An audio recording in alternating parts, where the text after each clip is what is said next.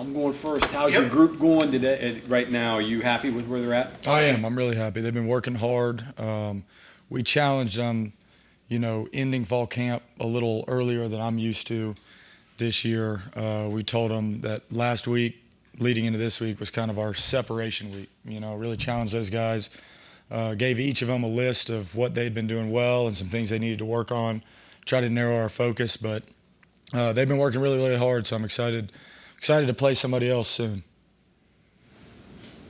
What does a guy like Jaden Brett need to work on? He's been around for quite a while. Yeah, that's a tough question because he hasn't played as much as he'd like to or we would have liked him to play yet. The kid is super conscientious. When it's something technique-wise that we notice on film, he's constantly working it. He's in here early, stays late. It's just Bray just needs to get out there and play. And he's in a position right now to do that, so we're really excited about where he's at. Talk about Prince a little bit. Coming from USC, didn't play much, but had a pretty good start at Boise State. Talk about it a little bit. Yeah, well, Prince got hurt at USC as well in the first game, so I don't know what that role would have looked like there for him. I know he's a really dedicated kid, obviously has great length, and you see what he was able to do at Boise. But he's come in with a mindset that he's ready to work. I've been really pleased with that adjustment for him coming here. You never know how it's going to be because he's been out in Idaho and USC. This is a totally different part of the country, but he treats it like he's a pro. Obviously with his brother being in the NFL, that gives him a little bit of an advantage, I think, over your normal transfer where he knows what that looks like and he knows what those habits look like. So he's done a great job integrating with our group, and he's been working his butt off, so I'm excited for him to get a couple opportunities soon. You alluded to it a little bit earlier, but just the overall importance of keeping Bray on the field and getting him through a season, being healthy, what would that mean to your room as a whole? Kind of mean a lot to, I think, our entire team, because Jaden's a guy who, when he's out there, you get 100% of Jaden Bray. He doesn't hold anything back. We always want guys that we have to say, whoa, not sick 'em, and he's one of those guys for sure. He works his butt off, and I think he's primed and ready for a good season, so we'll get him out there and see what happens. Doing any cross-training inside, outside with some of these guys? How's that going? Yeah, we're doing a lot of it with quite honestly, most of them right now. We feel like we've got a room full of some pretty flexible guys and guys that have done it, so they're doing a good job of that. Now it's just up to us as coaches finding the best groupings and based on situation, our opponent, to use them. But they're all working on that. Some guys it comes a little more natural to, but the other guys are working hard to learn it. I think a big part of that is just getting comfortable. There's a difference when you're in the slot. Majority of the time, you're not getting press, and if you are, it's not the same press that you're used to outside. So sometimes those free releases can happen fast, and things can get on you quick. So finding a little bit of your space in there and understanding the picture's a little bit different. Usually once we overcome that, everything becomes a lot smoother. So just getting the reps at it. And I guess the idea behind it is to create depth that way. 100%. Yep. And get our best groupings onto the field. With a run-heavy offense like Rich Rodriguez is, that kind of raises the importance of blocking for wide receivers a tad. Can you talk about how you feel about this team in this receiving core in terms of their blocking ability? Yeah, I think I tell our guys all the time, 90% of perimeter blocking is willingness and want to. We have, if you go in our position room, we've got a sign up that says, how hard can I work for my teammates today? And I think that's what it comes down to. Now, technique's important. Obviously, having some size and the strength to hold up is important, but we don't really worry about, are we passing or are we running? We just challenge our guys to worry about doing their job, And then in this offense, we're spread out. We've got a lot of opportunities to get the ball to a lot of different people. And if you got a hot hand, you got a hot hand. If it's beneficial for us to get you the football, we're going to get you the football. So being willing to do whatever you're asked to do is a big part of this. And so far, they've been willing to do that.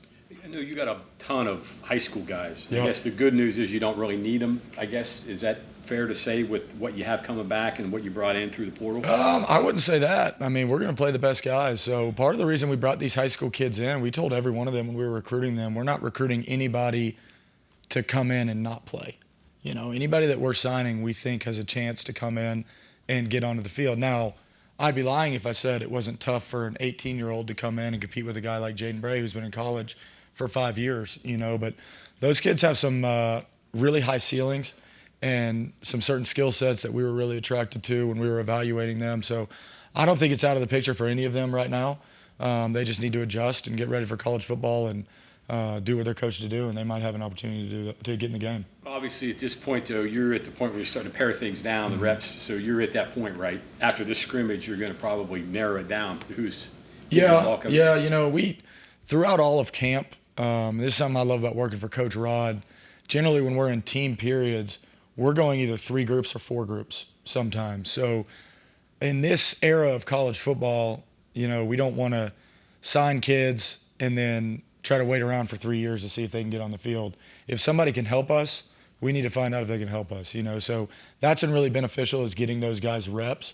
As we get into the season, you know, a lot of times we'll go 3 groups still, and there might be, you know, we'll have 2 or 3 guys that are down on the scout team for certain periods, then they're back up with us on certain periods to try to keeping them engaged throughout the season, and obviously communicating with our defensive staff as well, Coach Alley and those guys, of who's doing well down there. You know, that's something Coach Rod challenged us to do as position coaches, is watch the scout film as well, and make sure those guys are getting coached and not checked out. I was going to say, the downside for you as a coach is that's more tape you got to watch. It is, yeah, but I mean, that's what we signed up for, you know, and you owe it.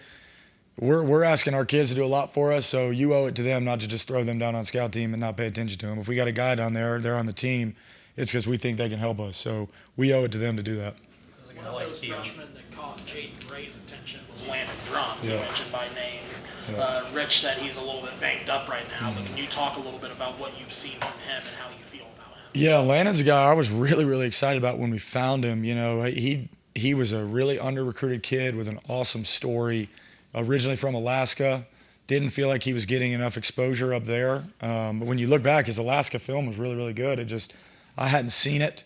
So his senior year of high school, he actually made the decision to move to Colorado, where he had a family friend, and really bet on himself to go have a good year. And I mean, he absolutely crushed it out there, put out great film, and he was a guy we found late that we couldn't believe didn't have more going on. You know, if you watch his high school tape, you see he's got length, speed, ball skills. He's a nasty perimeter blocker. He's really aggressive.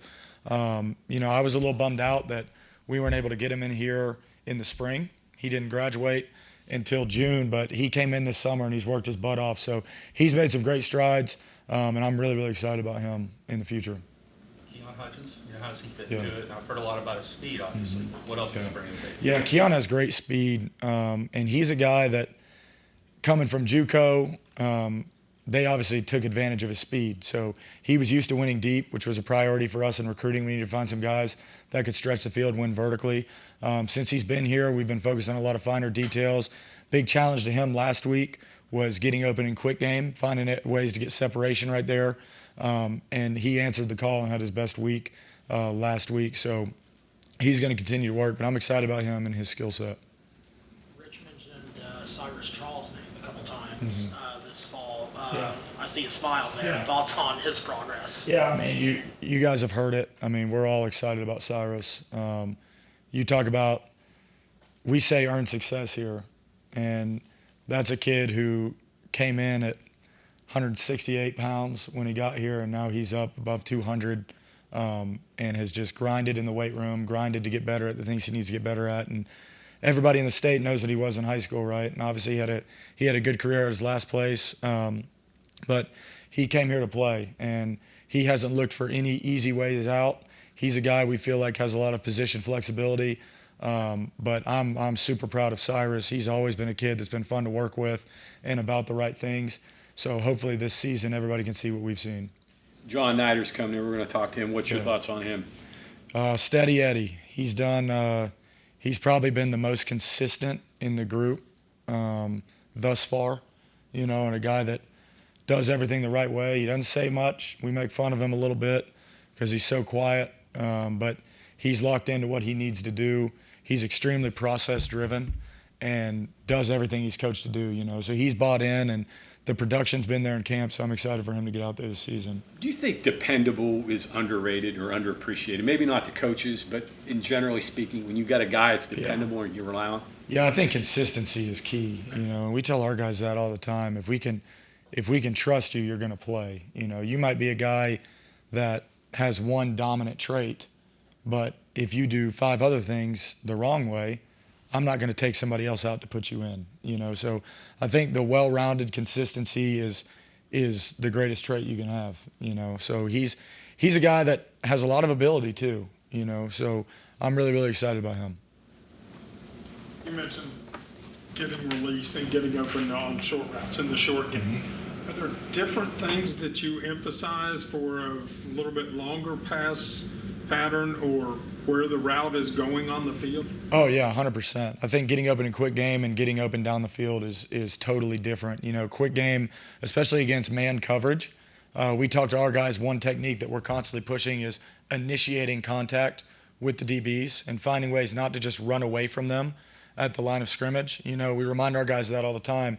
If I can get into that DB's frame, if I'm in his chest, his only way to stop me is to grab me, right? Which is illegal. That's also going to show we're not letting them just ride our hip down the field and force incompletion. If we get into their frame, we can get separation. The only way they can stay with us is to grab and pull. It's going to be a clear PI. But I think those techniques are totally different, and that's been a big part and will continue to be a big part of playing in this offense. Our wideouts are challenged. They have to understand, is this route package, is it a drop back pass? Is it quick game? Is it play action? Because that timing with the quarterback is key, especially with what we do, and understanding when am I going to get the ball and not just what route I'm running. Different routes have totally different areas on the field and different timing that you're going to get the ball. So I think that's really, really key. And then how much flexibility do receivers have to find open grass? I know there's some routes and some things you're doing. Yeah. Hey, find the open spot, settle in a place. Yeah, we have a lot of that in the spread system, and honestly, it's based on the concept, But most of the routes that we run, a receiver has 2 to 4 reads that they're making and different things that can happen. But we want to let those guys have freedom to go win. So that's a big part of it. Okay, thank you very much. Good, Mike. All right, thank y'all.